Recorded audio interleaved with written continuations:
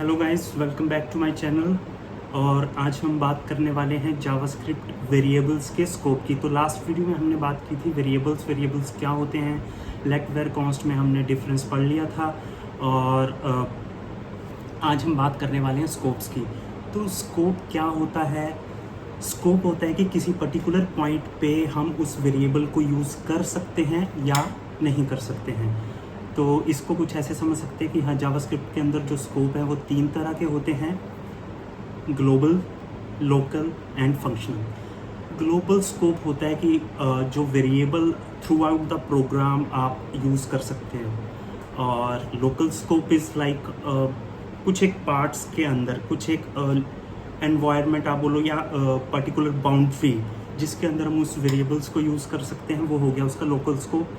And functional scope भी same as local scope होता है, बट हल्का सा एक डिफरेंस होता है। वो हम जब प्रोग्राम करेंगे उस टाइम वो उसको देखेंगे कि क्या डिफरेंस है दोनों में। एंड इसको कुछ ऐसे समझ सकते हैं कि global scope is like suppose आपके पास कुछ जैसे एटीएम कार्ड है, debit card like master card, जो आप ग्लोबली कहीं भी यूज़ कर सकते हैं, लाइक डोमेस्टिक ट्रांजैक्शंस के लिए, इंटरनेशनल ट्रांजैक्शंस के लिए।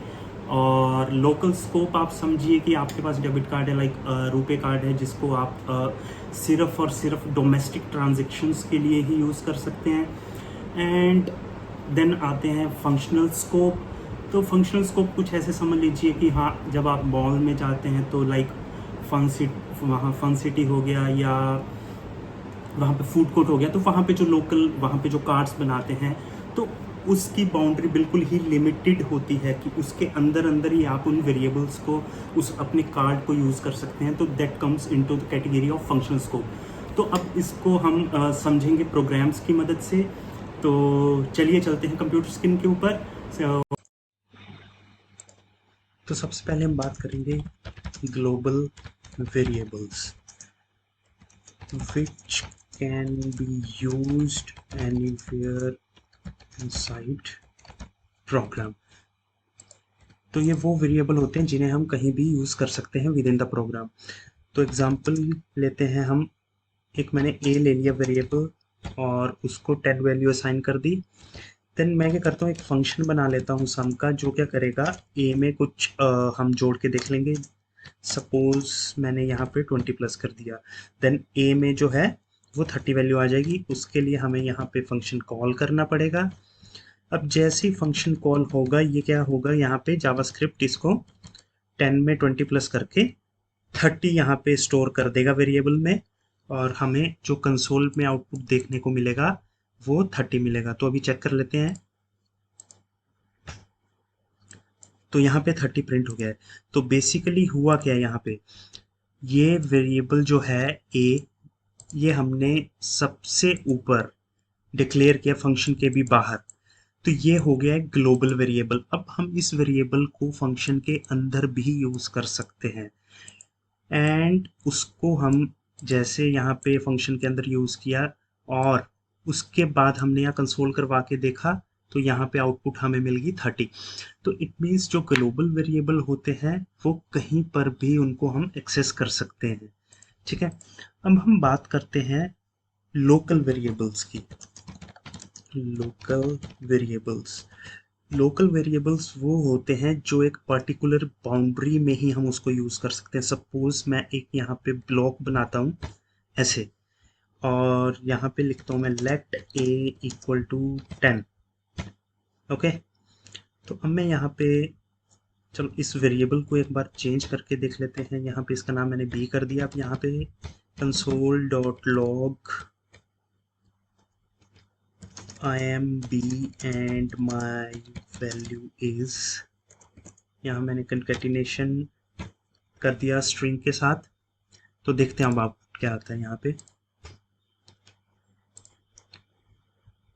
देखो, तो आपको यहाँ पे एक एरर देखने को मिल रहा है, B is not defined, क्योंकि जो B था वो यहाँ पे इसका जो स्कोप हो गया है वो हो गया लोकल स्कोप।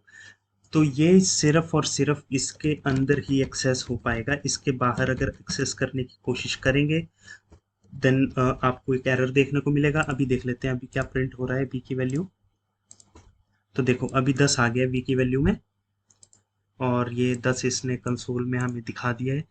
तो इट मीन्स कि जो लोकल वेरिएबल्स हैं उसको हम विद इन द ब्लॉक और with in the boundary he use कर सकते हैं। तो अब हम यहाँ पे देखेंगे कि लोकल जो वेरिएबल्स हैं, अगर हम कांस्टेंट यूज करके किसी वेरिएबल को डिफाइन करें और उसको हम आउटसाइड द ब्लॉक यूज करें तो हमें क्या देखने को मिलता है। तो मैंने यहाँ पे कंसोल करवा लिया बी को। लेट्स सी, यहाँ पे कोई आपको कंसोल देखने को नहीं मिला। एरर यहाँ पे दिखा रहा है, यहाँ पे बी इज नॉट डिफाइंड। तो इट मीन्स जो लेट एंड कांस्टेंट है वो एज सेम बिहेव कर रहे हैं। बट अगर यहाँ पे मैं वैर लिख देता हूँ तो यहाँ पे एरर गायब हो जाएगा और आपको आउटपुट मिल जाएगी 10। तो इट मीन्स जो वैर है वो बाय डिफॉल्ट ग्लोबल वेरिएबल बन जाता है, स्कोप ग्लोबल होता है उसका।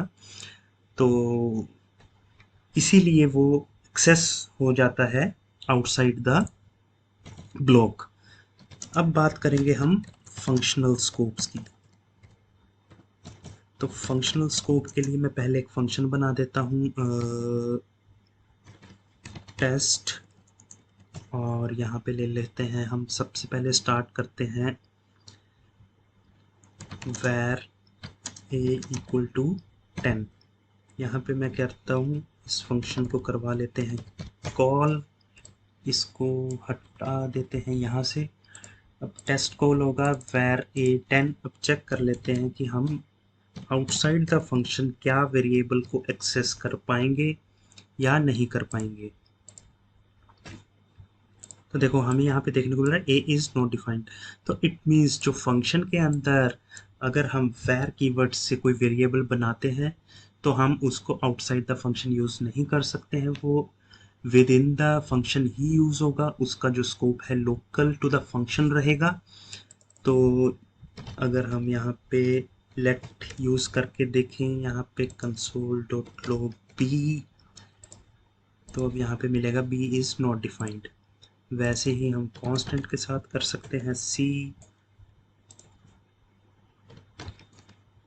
और आपको जो मिलेगा सी इज नॉट डिफाइंड।